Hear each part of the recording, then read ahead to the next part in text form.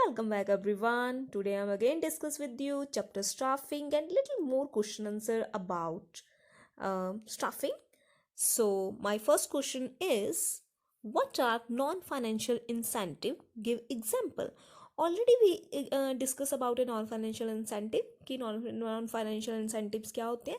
किसी को moral करना, किसी को motivate करना, not in terms of money, उसको प्रेज करना ताकि वो अपने वर्क में और एफिशिएंसी आ सके, वो अपने वर्क को और अच्छे से कर सके. दैट इज आई थिंक हो सकता है किसी को डायरेक्शन प्रोवाइड करना, किसी को सुपरविजन करना, but in not in form of money. उसको ये सारी चीज़ें प्रोवाइड करनी विदाउट एनी मनी. ये कौन सी चीज़ें होती है? That is a non financial incentive. Like किसी को प्रेस कर देते हैं हम, किसी को मोटिवेट कर देते हैं, या उसको कुछ ऐसे इंसेंटिव दे देते हैं, लाइक उसको पावर दे देते हैं डिसीजन मेकिंग की, उसको जॉब इनरिचमेंट कर देते हैं ताकि वो अपने वर्क को और अच्छे से कर पाए, उसको थोड़ी सी लिबर्टी दे देते हैं, फ्लेक्सिबिलिटी दे देते हैं उसके वर्क्स में ताकि वो अपने वर्क को इम्प्रूव कर सके. That is a non financial incentive. Like when incentive is not expressed in money or financial term, it is known as non-financial incentive. Now I am discussing some example about a non-financial incentive. First one is giving higher position or status in the organization, as we already discussed. किसी को promotion दे देना, किसी को higher status provide करना. Second point is giving greater responsibility, किसी को और opportunity देना, किसी को रिस्पॉन्सिबिलिटी प्रोवाइड करना ताकि उसको फील हो कि मुझे पोजीशंस दे रहे हैं, मेरे पर भरोसा कर रहे हैं, मुझे रिस्पॉन्सिबिलिटी दे रहे हैं, मुझे अपने आप को प्रूव करना है. तो ये कहीं ना कहीं नॉन फाइनेंशियल इंसेंटिव्स ही होते हैं. Third one giving participation decision making, उनको डिसीजन मेकिंग में हेल्प करना. जब वो डिसीजन मेकिंग में पार्टिसिपेट करेंगे, सपोज टॉप लेवल इन्वॉल्व करता है अपने वर्कर्स को किसी डिसीजन मेकिंग पावर में, तो ऑब्वियस है दिस से इससे उनका मॉरल जो होगा ना बूस्टअप होगा. वर्कर्स को लगेगा वो वर्कर्स ना फील करके वो अपने आप को उस ऑर्गेनाइजेशन का मेंबर फील करेंगे. So is that is also a non financial incentive. Next one giving token reward like mementos और एप्रिसिएशन ऑफ वर्क. आप उनको एज ए रिवॉर्ड टोकन दे सकते हो, उनके वर्क को अप्रिशिएट कर सकते हो. Next one providing job protection, आप उनको जॉब प्रोटेक्ट बता सकते हो, उनको बता सकते हो कि आपकी जगह सेफ है. हम आपको किसी भी सिचुएशन पे ऐसा नहीं है कि हम आपको जॉब से निकाल देंगे, उनको सिक्योर फील करवा सकते हैं, ऐसा एटमोसफेयर क्रिएट कर सकते हैं. सो इससे भी उनका मॉरल हाई होगा. ये भी एक तरीके के नॉन फाइनेंशियल इंसेंटिव होते हैं. Last one is promotion in both financial as well non financial incentive. उनको हर तरह के इंसेंटिव देने की कोशिश करनी, ना कि सिर्फ नॉन फाइनेंशियल, फाइनेंशियल भी. ये भी एक तरीके का क्या हो गया, जब प्रमोशन करते हो आप, लेके आते हो, एस्टैब्लिशमेंट करते हो अपनी ऑर्गेनाइजेशन में, ये भी एक तरीके का क्या हो गया, नॉन फाइनेंशियल इंसेंटिव्स होते हैं. उनको फील होता है, जस्ट ऐसा नहीं कि आप उनको दे देते हैं, जस्ट उनको फील होता है कि नहीं हमारे लिए कुछ करेंगे, हमारे लिए कोई ना कोई इंसेंटिव लेके आएंगे. उसकी प्रमोशन करना भी, ये भी एक तरीके का नॉन फाइनेंशियल इंसेंटिव ही होता है, बिकॉज वो मेंटली तौर से अच्छा बिल्डअप हो रहा होता है, उनके अंदर में ना पॉजिटिविटी बिल्डअप हो रही होती है. Next we discuss about a little more question about a staffing. That is, next question is, what is meant by leadership? Enumerate any three qualities of a good leader. आप क्या सोचते हो leadership क्या है? लीडरशिप जैसे एक country होती है, उसमें एक प्राइम मिनिस्टर होता है, हम सब उसको फॉलो करते हैं, ठीक है. लाइक हमारे प्राइम मिनिस्टर हैं, मिनिस्टर नरेंद्र मोदी, हम सब उनको फॉलो करते हैं. अगर वो इंस्ट्रक्शन पास ऑन करते हैं तो हम उसको फॉलो करते हैं. लाइक वो अपनी स्पीचेस देते हैं, हम उनकी स्पीचेस को सुनते हैं. उनकी स्पीचेस से कई लोग 70% लोग अगर उनकी स्पीच को प्रॉपरली सुने तो एग्री भी कर जाते हैं. दैट्स मीन वो एक अच्छे लीडर हैं. ये होती है लीडरशिप क्वालिटी. लाइक एक पर्सन जिसके जो हमें स्टिमुलेट करता है अपने पॉइंट ऑफ व्यू की तरफ, ठीक है, वो हमें डायरेक्शन प्रोवाइड करता है, वो कहीं ना कहीं हमें एग्री करवाता है कैसे वर्क को करवाना है, ठीक है. So leadership it is the process of influencing the behaviour of people by making them strive voluntarily towards achievement of organisation goal. It indicates the ability of individual to maintain good interpersonal relation with the subordinate and initiate and motivate them to work for the achievement of predetermined goal. जो भी superiors होते हैं वो अपने subordinate के साथ अच्छे relations बनाते हैं ताकि वो अपने गोल्स को अचीव कर सके. वो हर कोई कोशिश करते हैं जिससे कि सब वो पर्सन, वो वर्कर्स जो होते हैं, वो उनकी बात को सुन सके और उनके अकॉर्डिंग वर्क कर सके. That is a good leadership. ये होता है गुड लीडरशिप, ये दूसरों को कन्विंस कर सके, उसके बिहेवियर को अपने पॉइंट के अकॉर्डिंग उसको चेंज कर सके. सो एक अच्छे लीडरशिप की क्या क्या क्वालिटीज़ हो सकती हैं? Physical energy and stamina. उस पर्सन का जो फिजिकल एनर्जी और स्टैमिना ना वो बहुत स्ट्रांग होना चाहिए, उसका पॉइंट ऑफ व्यू बहुत स्ट्रांग होना चाहिए. ऐसा नहीं होना चाहिए उसके अंदर वो उसकी पर्सनैलिटी के अंदर वो वर्क हार्ड, वो चीज़ें होनी चाहिए जो दूसरों को अट्रैक्ट कर सके. A leader should have a good personality, charming manner and ability to work hard. A leader will be successful only when he act with the groups as a member and work hard.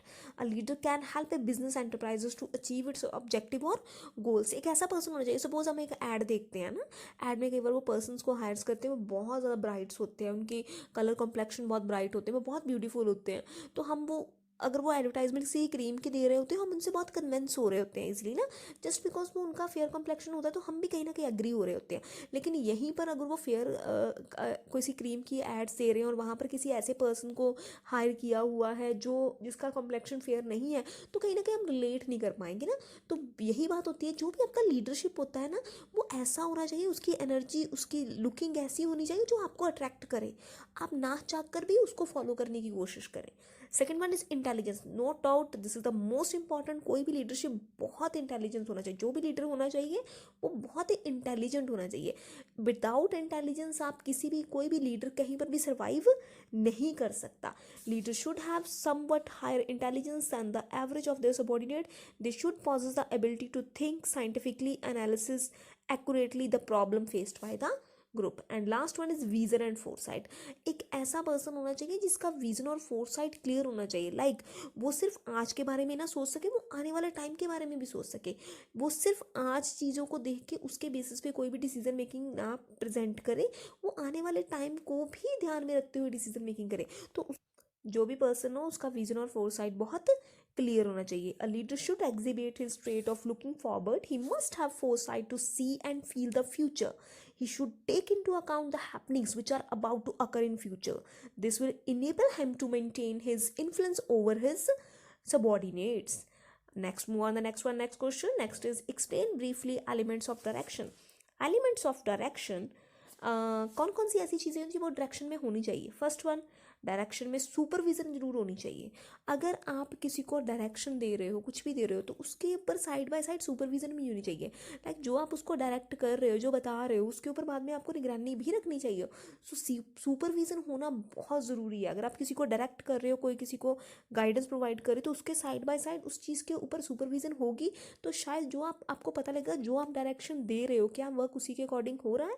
So it means overseeing the subordinate at work by their superior. Supervisor refer basically to an individual who supervise the operatives.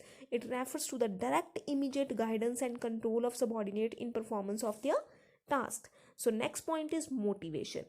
Of course जब direction आ जाती है तो वहाँ पर motivation भी आ जाती है. आप किसी को डायरेक्ट कर रहे हो, किसी को मोटिवेट कर रहे हो कि आपने कोई गोल अचीव करना है, बट आपको उसको साइड बाय साइड उसके लिए मोटिवेट भी करना पड़ेगा कि वो साइकोलॉजिकली, मेंटली उसको प्रिपेयर कर रहा कि आप इस चीज़ को अचीव कर सकते हो. It is a process of stimulating people to action to accomplish desire goal. It involve raising need and desire in people to initiate and direct their behaviour in a purposeful manner. Motivation is a psychological phenomenon which arise the needs and wants of individual if it is the inner psychological force. Third is leadership. Of course in direction leadership भी involve होती है. जब आप किसी को direct करते हो तो लीडरशिप भी उसमें आ जाती है ना. आपको एक साउंड माइंड पर्सन के साथ, एक क्लियर थॉट के साथ, क्लियर विजन के साथ किसी को गाइड करना है. तो अगर आप एक बहुत अच्छे लीडर हो तभी आप किसी को डायरेक्ट कर सकते हो, अदरवाइज आप किसी को डायरेक्ट नहीं कर सकते हो. Let's move on the next one. Next is communication. Very good. This is I think most important part of direction. अगर आप किसी को डायरेक्शन प्रोवाइड कर रहे हो, किसी को गाइडेंस प्रोवाइड कर रहे हो, बट अगर आपका कम्युनिकेशन ही बेटर नहीं है तो कोई भी चीज़ नलीफाइड नहीं होगी. ना ही सुपरविजन होगी, ना ही मोटिवेशन होगा, ना ही लीडरशिप होगी, अगर आपका कम्युनिकेशन ही बेटर नहीं है. So the term communication is derived from the Latin word cumenis, which means common. Communication refers to the process of exchange of ideas, views, fact, feeling, etc. between two or more person.